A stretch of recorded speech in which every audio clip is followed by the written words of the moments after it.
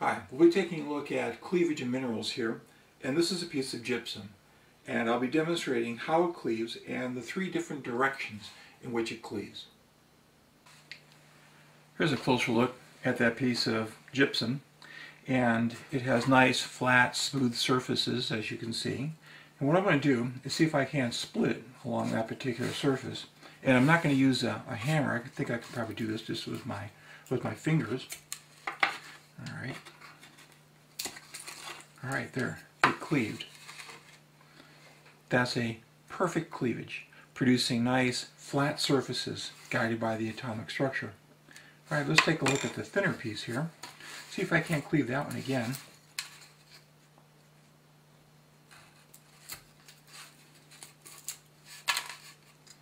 It's cleaving coming off in a bunch of little pieces here.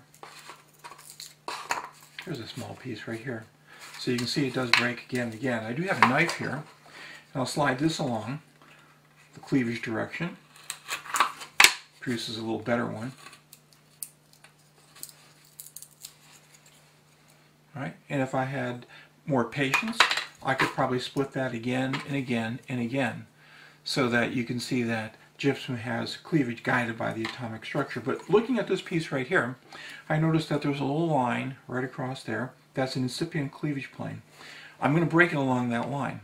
However, I also want to show you another physical property of gypsum, and that it is that it has flexible sheets. So I can take this one right here and apply some pressure to it, and you can see that broke along that incipient cleavage plane there. But in this piece right here, you can see how it's bent. All right, so that bend it a little more. Gypsum is flexible. All right, continue to break it here. Here's that broken chunk here again. So the cleavage directions that are produced so far are top and bottom, this side, and the side my thumb is on, and again over on these two sides.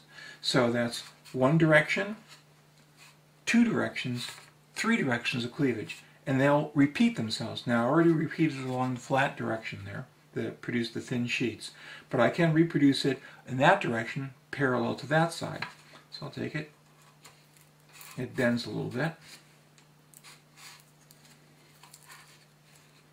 All right, so that's the cleavage in that direction. And along this direction here, parallel to where my fingers are right now,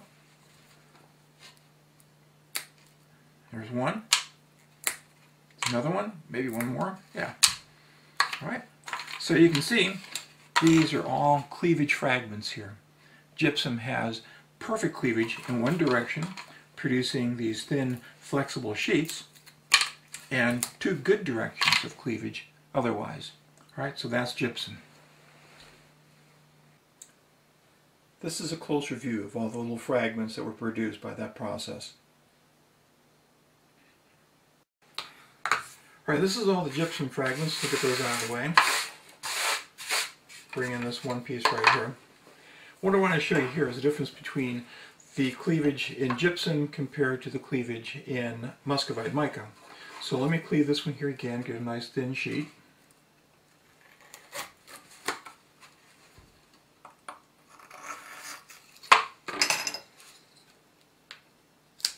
Okay, that broke. Nice. And I do happen to have a piece of gypsum or muscovite mica over here. And you can see there is some similarity. Now there is a big difference. Gypsum has cleavage in three directions and mica has cleavage in one direction. But the other thing I wanted to show you was that gypsum has flexible sheets. So you can take it and you can bend it, and if I bend it too fast it'll break, but it does bend and it stays bent. Whereas a sheet of muscovite mica, you can bend it,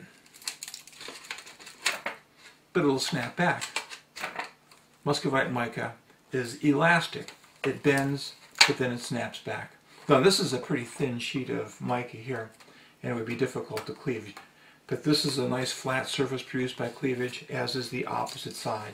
And along the edges here, instead of producing straight surfaces, it breaks with an irregular fracture, unlike the gypsum, which has more cleavage directions.